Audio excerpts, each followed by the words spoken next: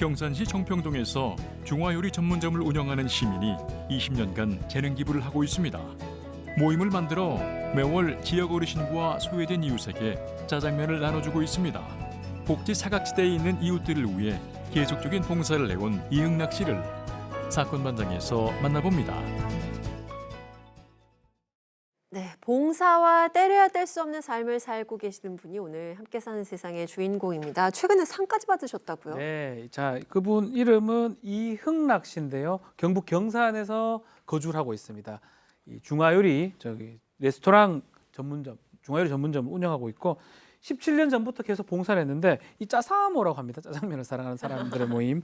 저도 뭐 좀 가입하고 싶은데 단장으로 2015년부터 운영하고 있고 이번에 보화상이라고 대구 보화원에서 해관에서 선행상을 주고 있는데 선행을 많이 했다라면서 보화상을 받았고 금액이 한 70만 원 상당의 부상이 있는데 이것을 기부를 했던 어떤 아주 선행을 했습니다. 네, 우리 단장님을 직접 한번 목소리를 한번 들어보겠습니다. 이흥락 씨입니다.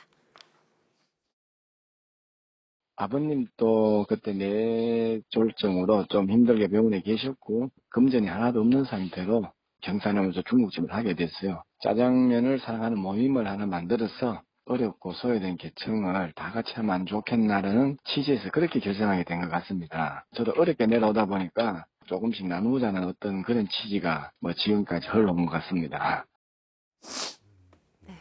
짜장면을 사랑하는 사람들의 모임 짜사모, 이름이 참 정겨운데요. 이게 짜장면을 한꺼번에 이 많은 양을 만들어서 나눈다는 게 이게 쉬운 일 아니잖아요.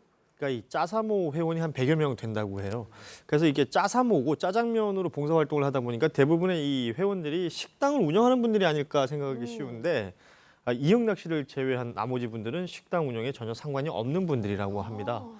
그래서 처음에는 이제 이흥락 씨가 혼자 면 뽑고 다 하셨대요. 그런데 지금은 이제 분업화가 돼가지고 어떤 분은 면을 뽑고 반죽하고 또 설거지하고 면 배우신 삶고 거네요. 이런 것들이 이제 조금씩 터득이 되어 가더라는 거죠. 뭐 서당계 3년이면 풍어를 읊는다 그러는데 짜사모 3년이면 짜장 볶는다. 뭐 이 정도로 볼 수 있을 것 같고요. 매달 돌아가면서 뭐 독거노인이나 소외계층들을 위한 봉사활동 하고 계시고 뭐 노숙자센터, 무료급식소 이런 곳들 쭉 봉사활동 하시다가 얼마 전에는 이제 경산 시민들을 상대로 특별 이벤트를 해서 1,700그릇의 짜장면을 나누기도 했었다고 합니다.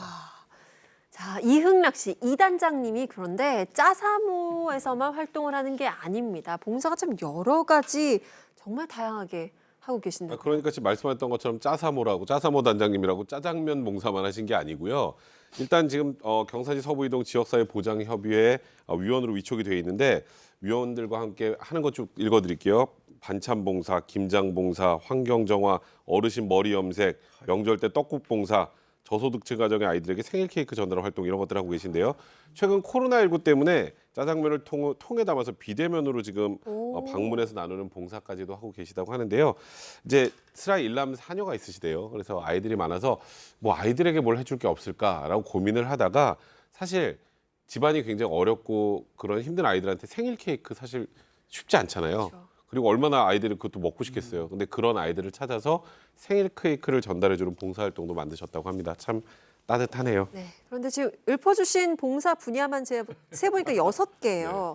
여기에 중국집도 운영을 하셔야 되죠. 함께 사는 세상에 나오시는 주인공들 뵈면은 분신술이 세상에 진짜 있었으면 좋겠다는 생각을 하는데 이흥락 씨도 마찬가지입니다. 힘들죠. 이분 피곤하지만 그 봉사활동을 하고 나면 뿌듯한 그런 느낌이 있어서 좋다고 얘기하는데요.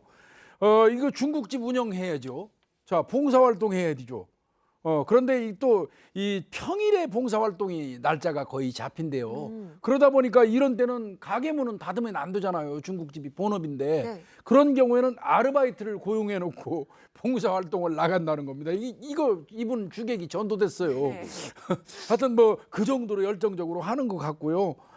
그다음에 이제 좀 애로사항이 있는 모양이에요. 큰애가 20대고 작은 아이가 초등학교 2학년인가 합니다. 터울이가 좀 있나 봐요. 근데 애들이 좀 서운하기는 한데요. 그래서 본인이 그래요. 아유, 봉사랑 집안일이랑 한꺼번에 다 잘하면 좋은데 그건 불가능합니다. 제가 볼 때. 그게 잘 안 된다. 주말에는 그래도 봉사가 좀 적게 잡혀서 그때 아이들하고 시간 보내면서 버틴다 이렇게 말씀하셨어요. 네, 이런 이흥락 씨에게 봉사는 어떤 의미일지 궁금해집니다. 함께 들어보시죠. 좀 피곤한데 또 하고 나면 또 뭐 뿌듯함을 느끼고 예. 이제 이게 뭐 시간이 어느 정도 지나다 보니까 뭐 이제 몸에 이제 이게 안 하면은 걱정이 또 되는 부분들이 또 많아요.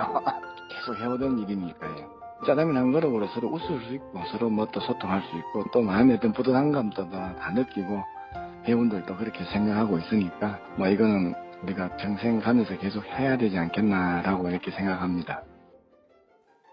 네. 그런 피로회복제 있잖아요. 피로야 가라 하면서 먹는 게 제가 볼 때 이흥락 씨는 이 알약, 이 명약이 바로 봉사이지 않을까 생각이 듭니다. 오늘 이흥락 씨 덕분에 또 뿌듯하고 따뜻하게 사건 마장 마무리하게 됐습니다. 함께해 주신 네 분 고맙습니다.